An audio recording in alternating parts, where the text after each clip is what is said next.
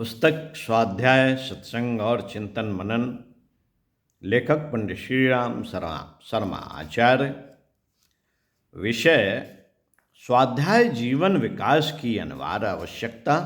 पृष्ठ 31 से आपको पढ़कर सुनाते हैं। आइए सुनते हैं।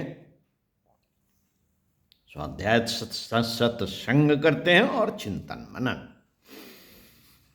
मित्रों, आत्मोन्नति के संबंध में विपरीत वृत्तियां, आलस्य, प्रमाद अथवा असंयम यदि स्वाध्यायशील व्यक्ति के निकट नहीं जाने पाती आदि आत्मोन्नति के संबंध में विपरीत प्रवृत्तियां, आलस्य, प्रमाद अथवा असंयम आदि स्वाध्यायशील व्यक्ति के निकट नहीं जाने पाते, इसका भी एक वैज्ञानिक हेतु ही है। कोई सुरक्षा कवच का प्रभाव नहीं है कि सुरक्षा कवच पढ़ लिया। अब ठीक, जिसे पढ़ना है और नित्य नियम से जीवन का ध्येय समझकर पढ़ता है, वह तो हर अवस्था में अपने उस व्रत का पालन करेगा ही, वह जानता है। अव्यवस्था अथवा अनियमितता उसके इस रुचिपूर्ण व्रत में बाधक होगी। अस्तु वह जीवन की एक सुनिश्चित दिनचर्या बनाकर चलता है।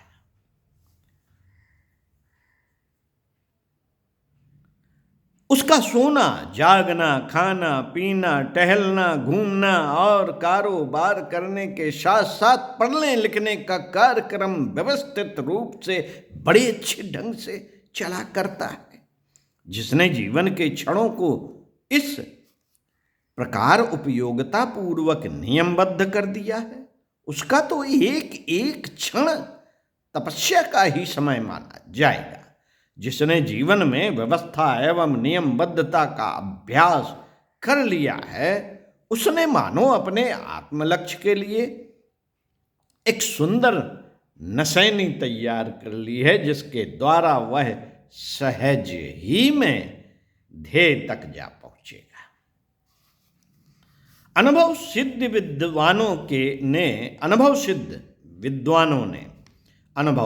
विद्वानों ने स्वाध्याय को मनुष्य का पथ प्रदर्शक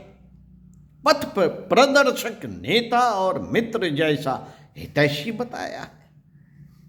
हितैषी बताता है अनुभव सिद्ध विद्वानों ने स्वाध्याय को मनुष्य का पथ प्रदर्शक नेता और मित्र जैसा हितैषी बताया है। उनका कहना है कि जो व्यक्ति सतपथ प्रदर्शक अपने सच्चे सखा स्वाध्याय का परित्याग कर देता है, उसका नाड़ी आदि इंद्रियों पर अधिकार नहीं रहता। उसका मन चंचल, विवेकमंद और बुद्धि कुंठित रहती है। इन सब दोषों के कारण उसे दुखों का भागी बनना पड़ता है। इसलिए बुद्धिमान व्यक्ति वही है जो अपने सच्चे मित्र स्वाध्याय को कभी नहीं छोड़ता। इसीलिए तो गुरुकुल से अध्ययन पूरा करने के बाद विदा लेते समय गुरु शिष्य को यही अंतिम उपदेश दिया करता था। क्या? स्वाध्यायात्मा प्रमद, अर्थात हे प्यारे शिष्य, अपने भावी जीवन में स्वाध्याय द्वारा योग्यता बढ़ाने में प्रमाद मत करना। साथियों, स्वाध्याय से जहां संचित ज्ञान सुरक्षित तो रहता ही है, साथ ही उस ज्ञान कोश में नवीनता और वृद्धि भी होती रहती है। वहां स्वाध्याय से विरत हो जाने वाला नई पूंजी पाना तो क्या, गांठ की विद्या भी खो देता है। स्वाध्याय जीवन विकास के लिए एक अनिवार्य आवश्यकता है जिसे हर व्यक्ति को पूरा करना चाहिए। अनेक लोग परिस्थितियों अथवा प्रारंभिक प्रमादवश पढ़ लिख नहीं पाते और जब उन्हें शिक्षा और स्वाध्याय के महत्व का ज्ञान होता है तब हाथ मलमल कर पछताते हैं। किंतु इसमें पछताने की बात होते हुए भी अधिक चिंता की बात नहीं। ऐसे लोग जो स्वयं पढ़ लिख नहीं सकते उन्हें विद्वानों का सत्संग करके और दूसरों द्वारा सद्ग्रंथों को पढ़वा कर सुनने अथवा उनके प्रवचन का लाभ उठाकर अपनी इस कमी की पूर्ति करते रहना चाहिए। जिनके घर पढ़े लिखे बेटे बेटियों अथवा नाती पोतों से भरे हों उन्हें चाहिए कि संध्या समय उनको अपने पास बिठाकर सद्ग्रंथों का पाठ कराएं।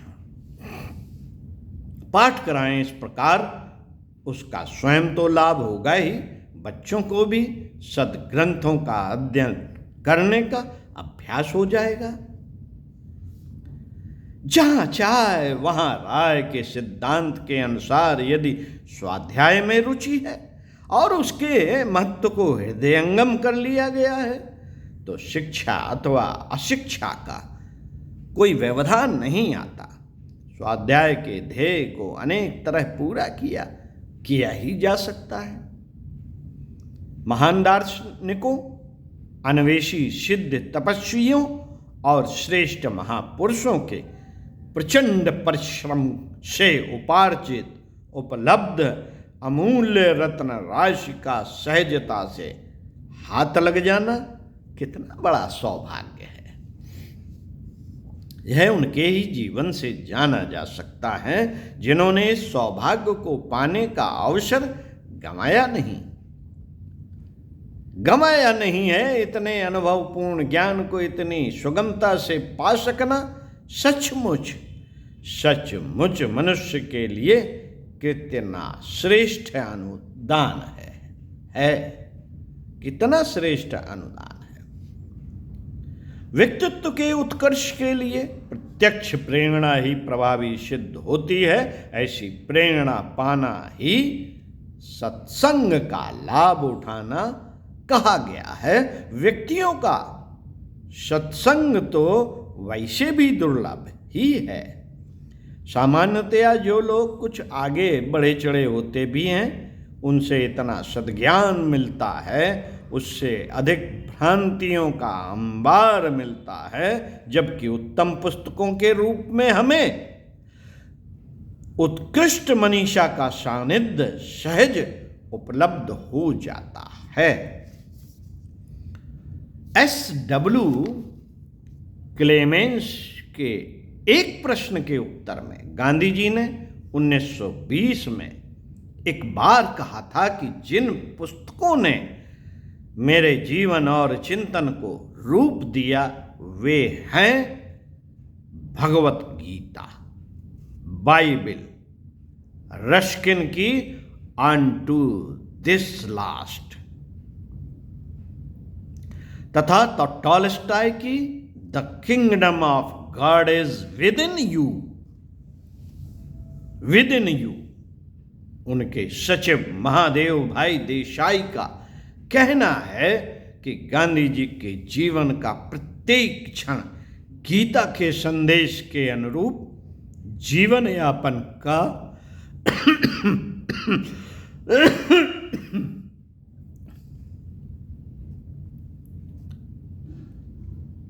गीता के संदेश के अनुरूप जीवन यापन का सजग प्रयत्न है।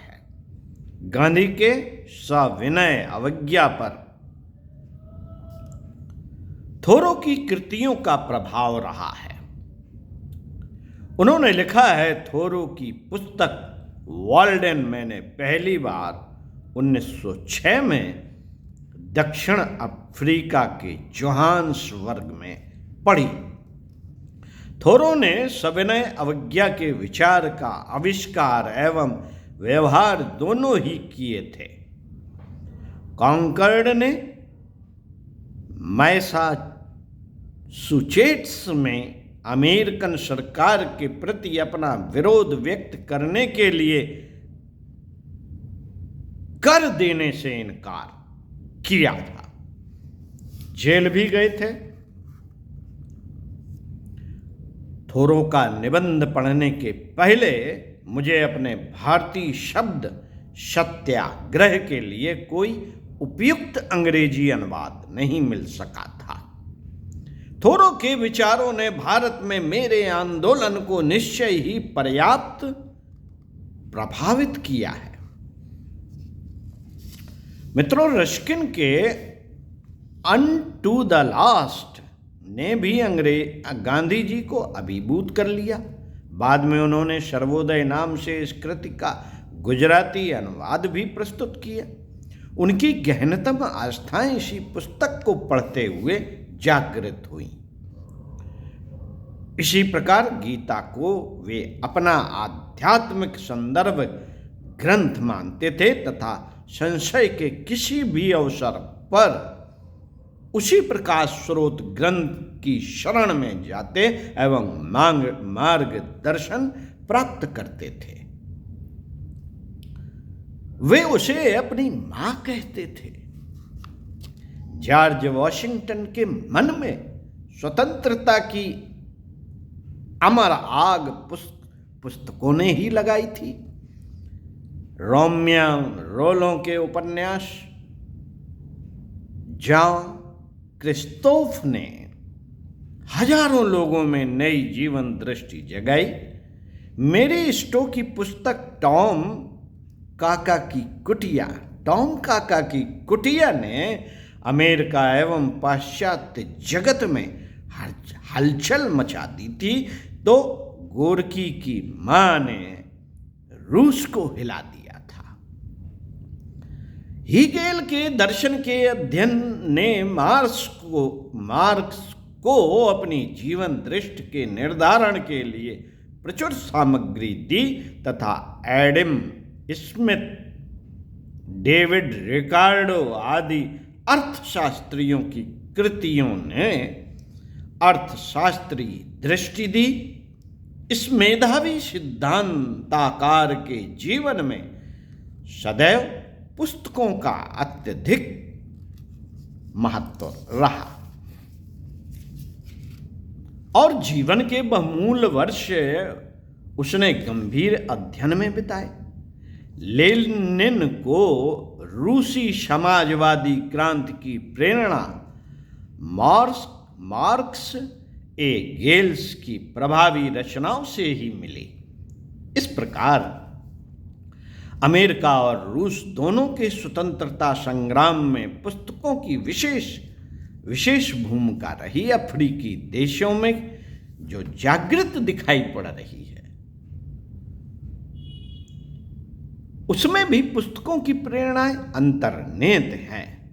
केनेथ काउंडा, जोमो केनेथ, मकारियोस सभी ने किसी प्रत्यक्ष सत्संग से नहीं, प्रेरक पुस्तकों से ही संघर्ष की प्रेरणा पाई।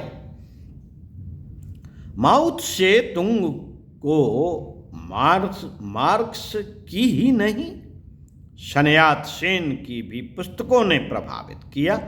हो ची मिन्ह और चेम्वे वारा मार्क्सवादी साहित्य के अध्येता भी थे, प्रणेता भी। साथियों, भारतीय क्रांतिकारियों के जीवन में बंकिम के आनंद मठ, शरद के पथेर दावी और लोकमान्य तिलक के गीता रहस्य की विशिष्ट भूमिका रही है।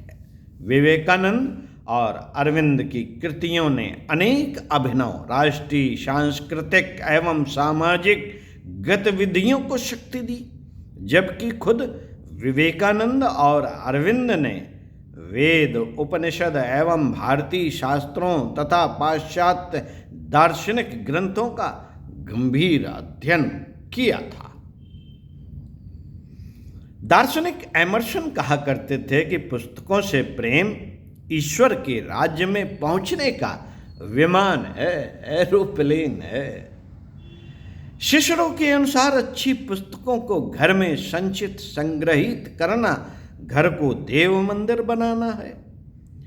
कंपिस ने एक बार अपने साथियों से कहा था, अपना कोट बेचकर भी अच्छी पुस्तकें खरीदो। कोट के बिना जाड़ों में शरीर को कष्ट होगा, किंतु पुस्तकों के बिना तो आत्मा ही भूखी तड़पती रहेगी। पुश्किन, तॉलस्टॉय, तुर्गनेव, चेखव और गोर्की की पुस्तकों ने जितना रूसी जनमन को आंदोलन स्पंदित किया है, उससे कुछ कम बाहरी विश्व को नहीं।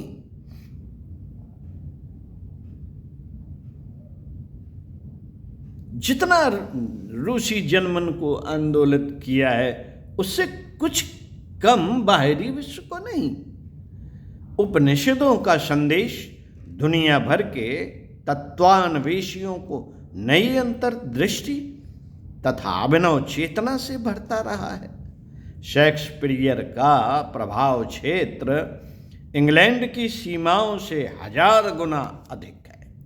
कालिदास की रचनाएं अमेरिकी, रूसी, जर्मन, फ्रेंच, ब्रिटिश, जापानी, एशियाई और अफ्रीकी साहित्यानुरागियों को समान रूप से आकर्षित करती है।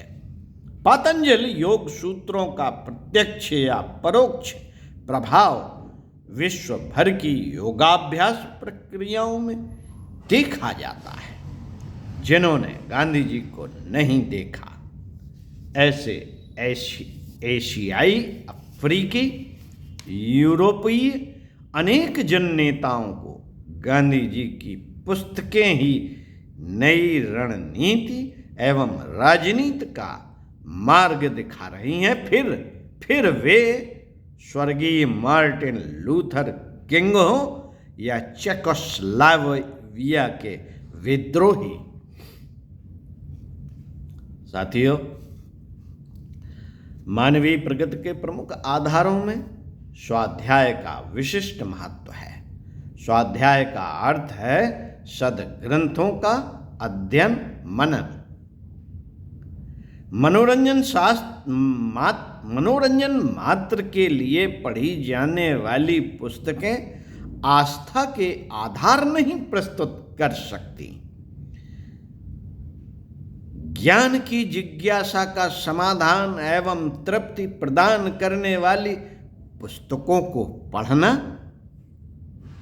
उन पर सोचना, मनन करना ही जीवन प्रगति का आधार बनता है।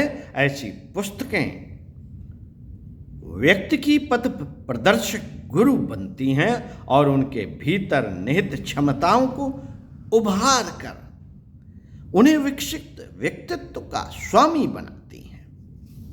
ओम